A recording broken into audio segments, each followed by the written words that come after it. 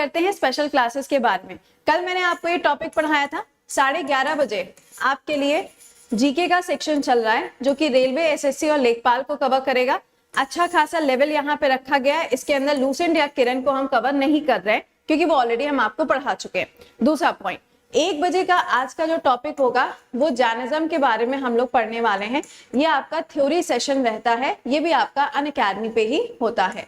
शाम को 4 बजे का जो आपका क्लास चल रहा है वो है एसएससी के एक्सपेक्टेड क्वेश्चंस, और इस बार सैटरडे और संडे को आपके लिए मैराथन रहेगी एसएससी के प्रीवियस ईयर क्वेश्चंस की। ये सारे के सारे क्लासेस आपको मिलेंगे ओनली ऑन अनअकैडमी। न्यूज है आपके सामने आईएनएस के बारे में। मैंने इसके ऊपर आपको शॉर्ट वीडियो आज से 3 दिन पहले ही बना के बता दिया था। चलिए सुनिएगा।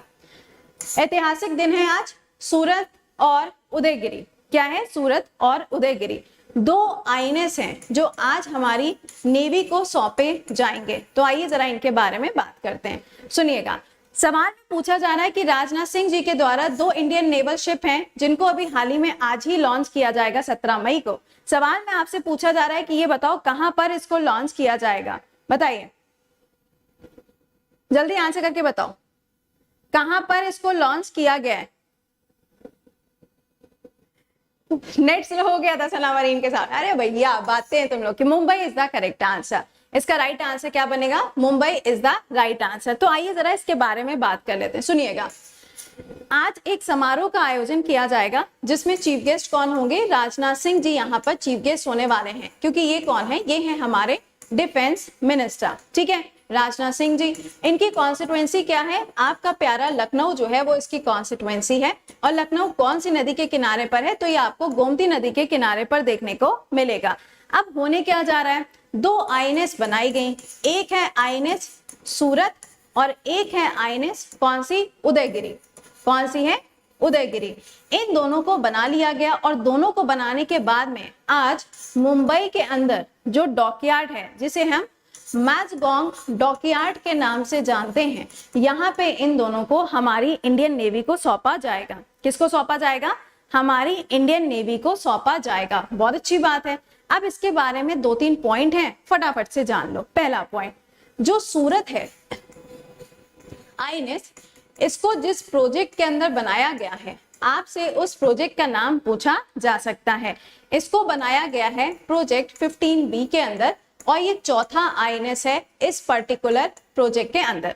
दूसरा पॉइंट आपके लिए इंपॉर्टेंट क्या हो जाएगा कि ये जो यहाँ पर शिप बनाया गया है 15B के अंदर, तो 15B वाला ये जो प्रोजेक्ट है ये शुरू कब हुआ? 2016 में इसकी शुरुआत हुई।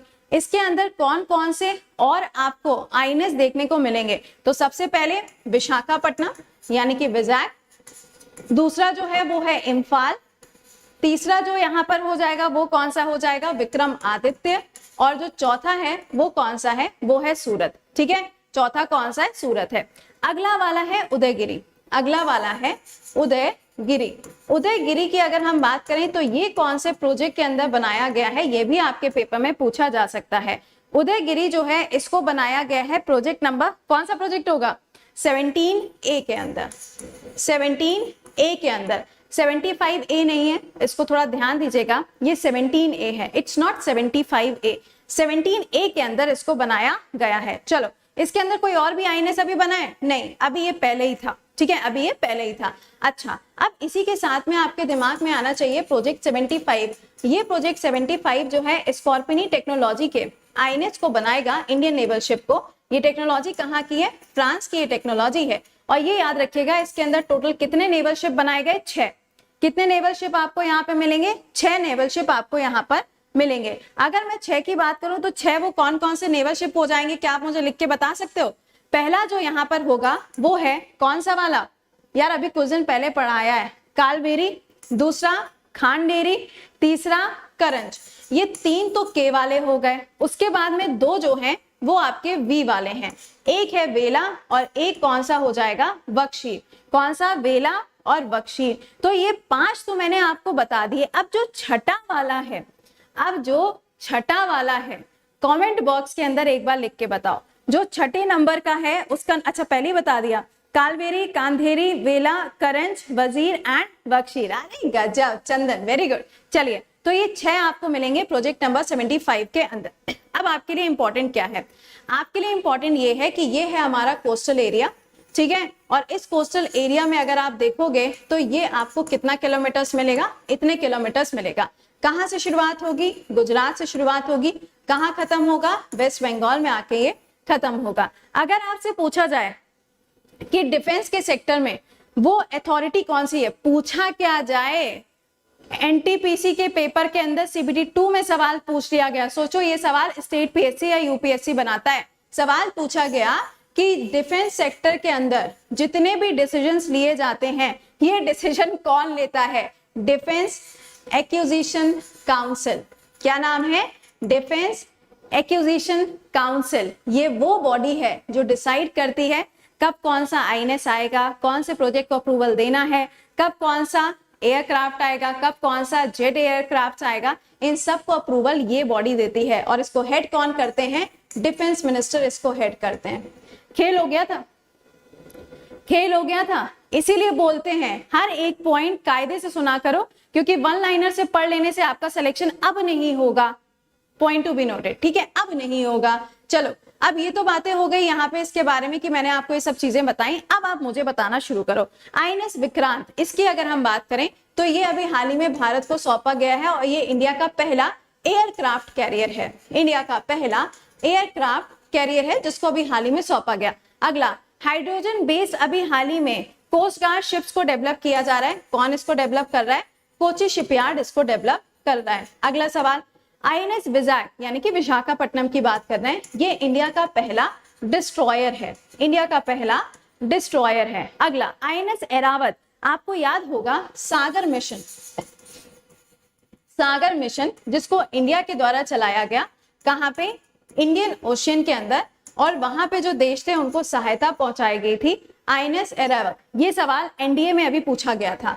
अगला सवाल, आईएनएस खुकरी, आपको याद होगा कि इसको भी हाल ही में डीकमीशन किया गया है और डीकमीशन करने के बाद में दीव नाम का जो आइलैंड है इन्होंने बोला है कि हम इसका एक म्यूजियम बनाएंगे।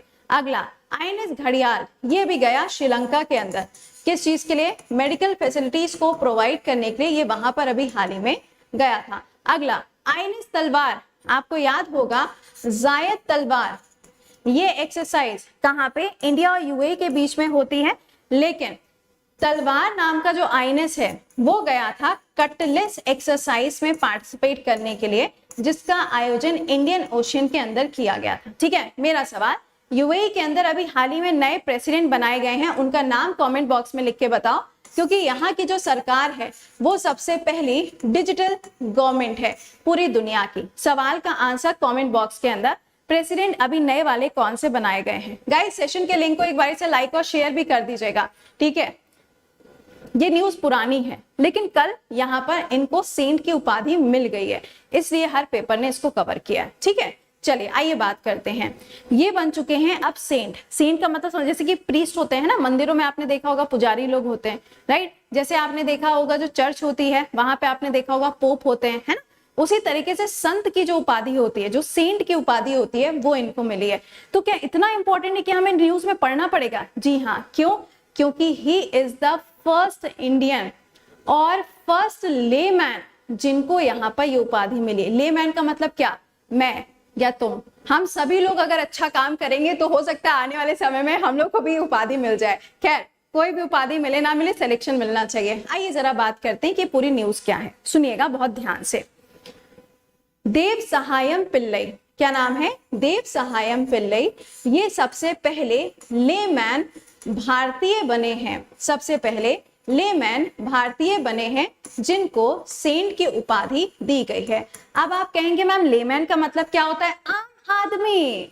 लेमैन का मतलब क्या होता है? आम आदमी मतलब होता है लेमैन का, और ये सबसे पहले भारतीय बने हैं। अच्छा ठीक है, इनको ये उपाधि किसने दी है?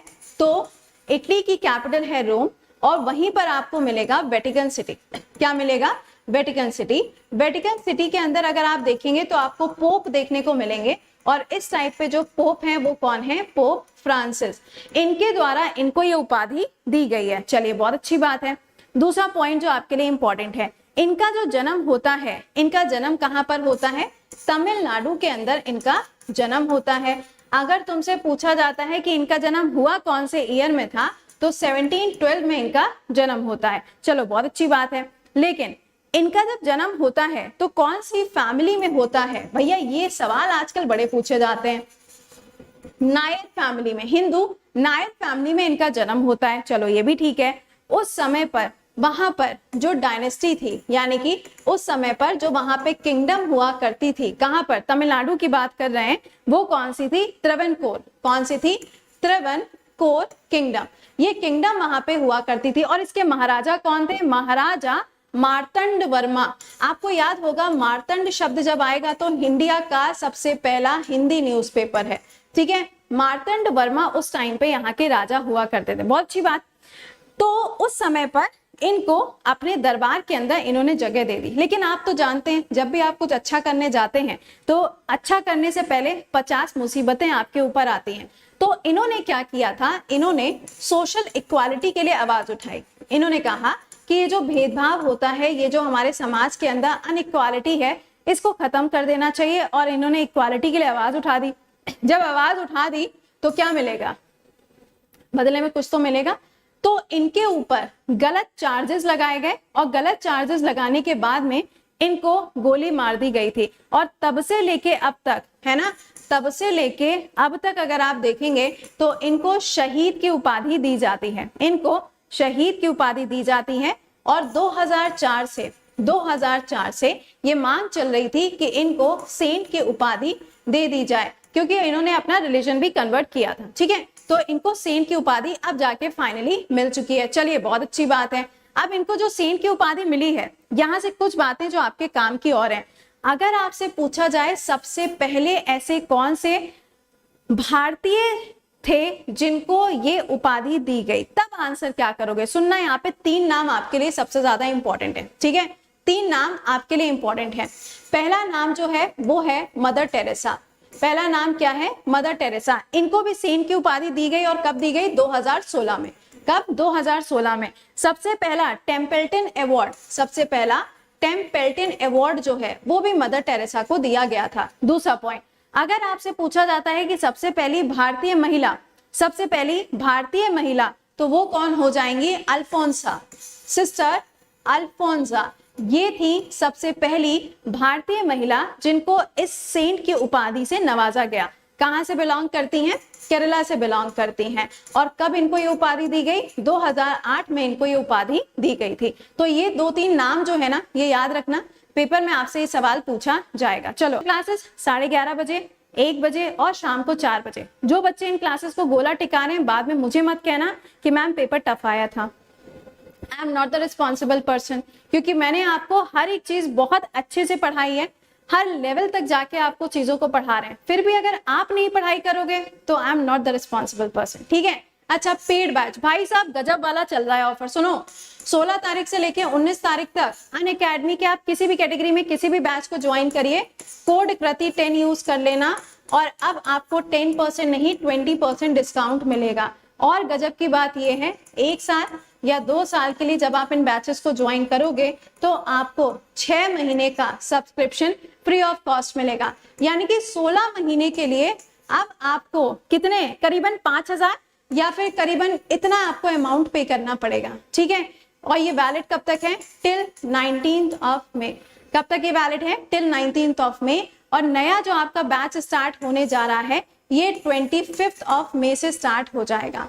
कब से? 25th ऑफ मे से स्टार्ट होने वाला है, जिसमें आपको GK, GS, math, English and reasoning, ये सारी चीजें आपको यहाँ पे प्रोवाइड होंगी। और प्राइस हाइक भी कभी भी हो सकता है, ठीक है।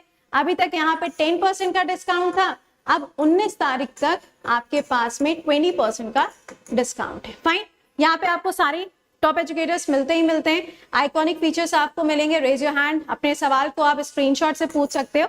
And this is a offer, ठीक है। यहाँ पे 20% डिस्काउंट होगा। यहाँ पे नीचे कोड लिख के प्रति 10 आप इसको आगे प्रोसीड कर सकते हो। Iconic feature is also available.